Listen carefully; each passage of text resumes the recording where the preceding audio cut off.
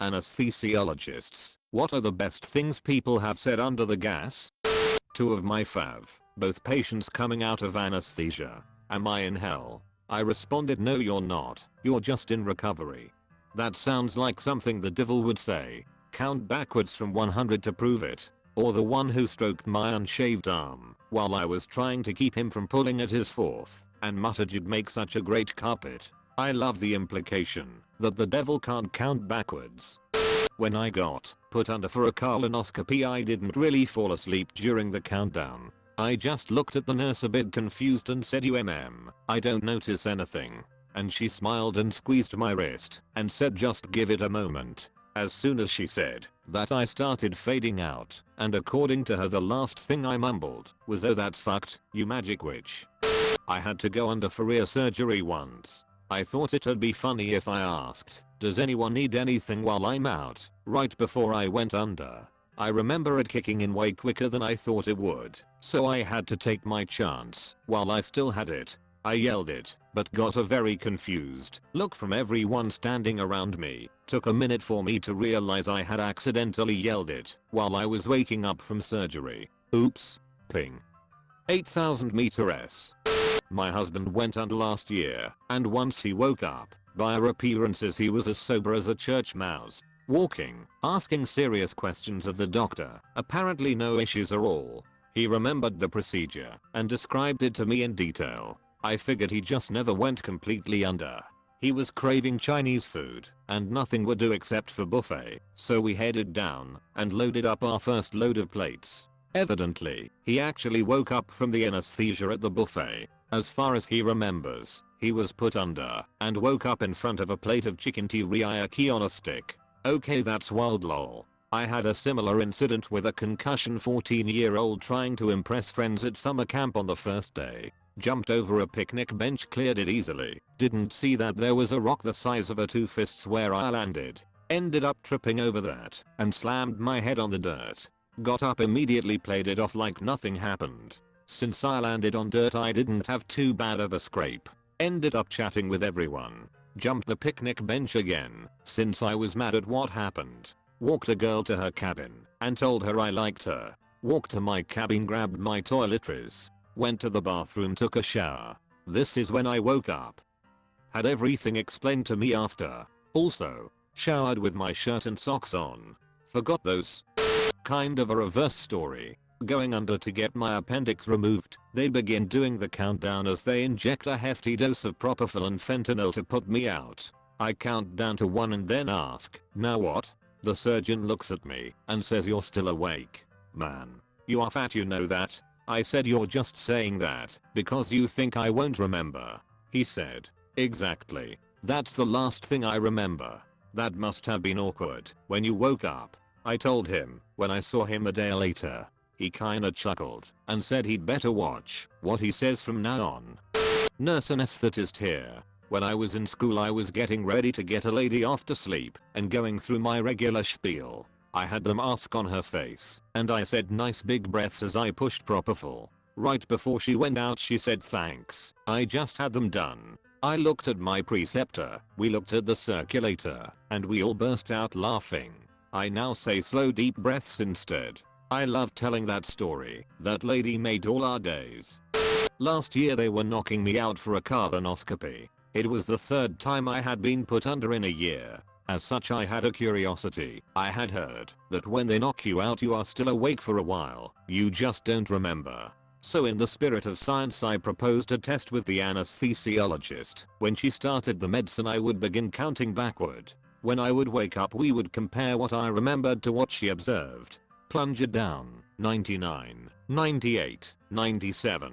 I remembered nothing more. Minutes later I awoke. The anesthesiologist espied me and came over quickly. What did you remember? She asked. 97. She began laughing. You got down to 7. My dad works with that stuff. Funniest thing he's heard is hey Mr. Doctor, my ass itches and I'm too high to scratch. Edit. No, he didn't help. The dude passed out right after.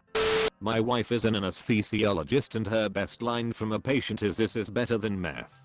Reminds me of when I tried liquor for the first time with my parents as a teenager and I accidentally told them that I liked vodka better. When I was 9 and having jaw surgery, the surgeon was putting me under and said say bye to your mommy. And apparently 9-year-old me thought that meant they were going to kill me. My mother says I gave her a look of absolute terror and then passed out.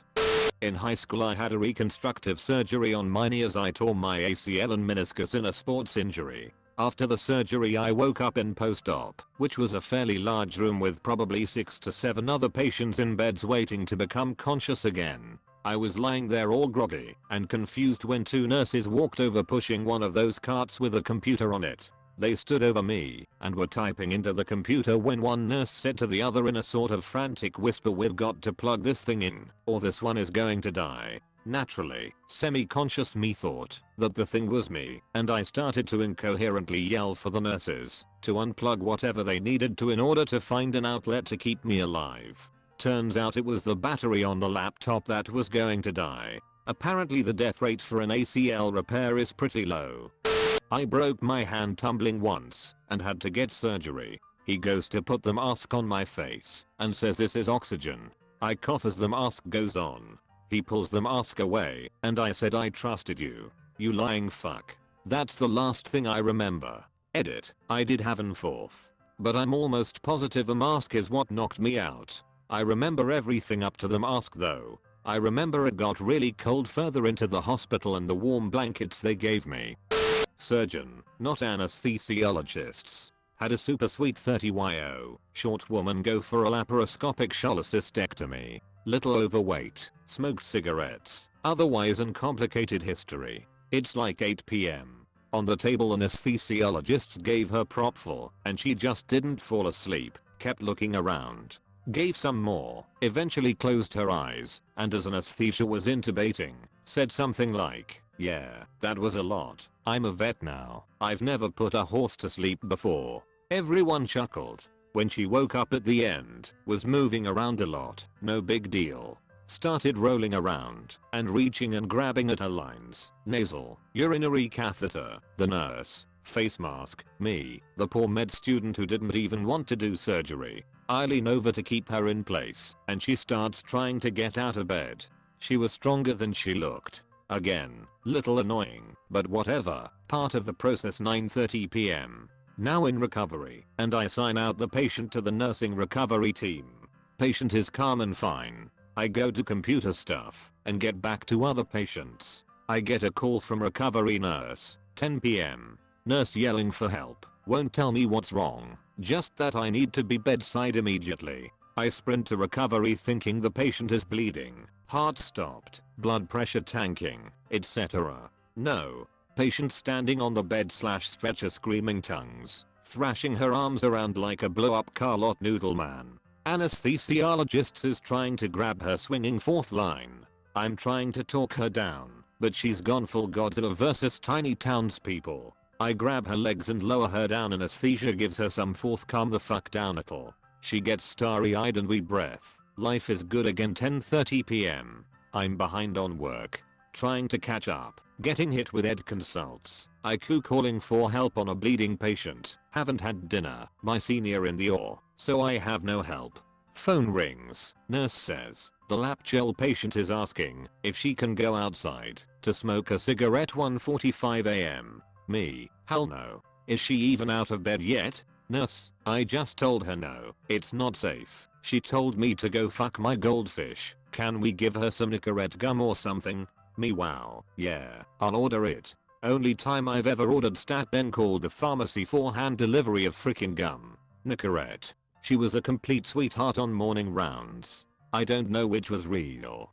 I have a few. My first is a 17-year-old that just got her appendix out. She seemed really stoic and introverted when I first interviewed her, but when I was dropping her in the recovery room she went into total bro mode.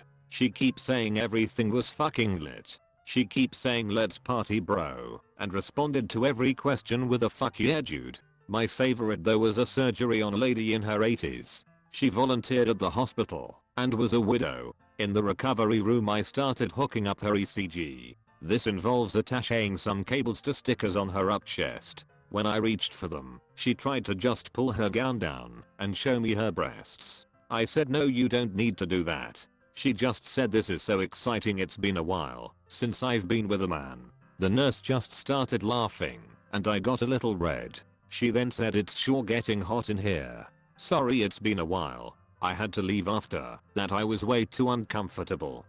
I had my wisdom teeth out and supposedly still bleeding a good amount on the way to CVS to pick up the meds. My mom was driving and I was just staring out the window collecting blood in my mouth. Eventually it reached a point it was too much at a red light. Rolled down the window and just let it all flow out of my mouth. I look up and this lady is looking at me with just pure horror on her face. I proceeded, while still in some sort of haze from the drugs, to give her what I can imagine the bloodiest smile anyone has ever seen. She wasn't originally turning right but proceeded to make an immediate turn. I'm so glad I can remember this while still being high. Edit. Wow, this kinda blew up. Some follow up. Once I got the Vicard and I had like a 20-minute convo about absolutely nothing that I had zero remembrance of. To the people afraid of having their wisdom teeth pulled, it's not bad. I had more pain from being hungry than the procedure itself. Mine were impacted and never britches, so it was pretty much the worst case scenario. Had it done Thursday morning. Went to work Friday night on lifting restrictions. Went to a party Saturday night when the bleeding had stopped, but I drank a bit too much, had been off the Vicodin for 36 hours, and had thinned my blood out and started bleeding at the party.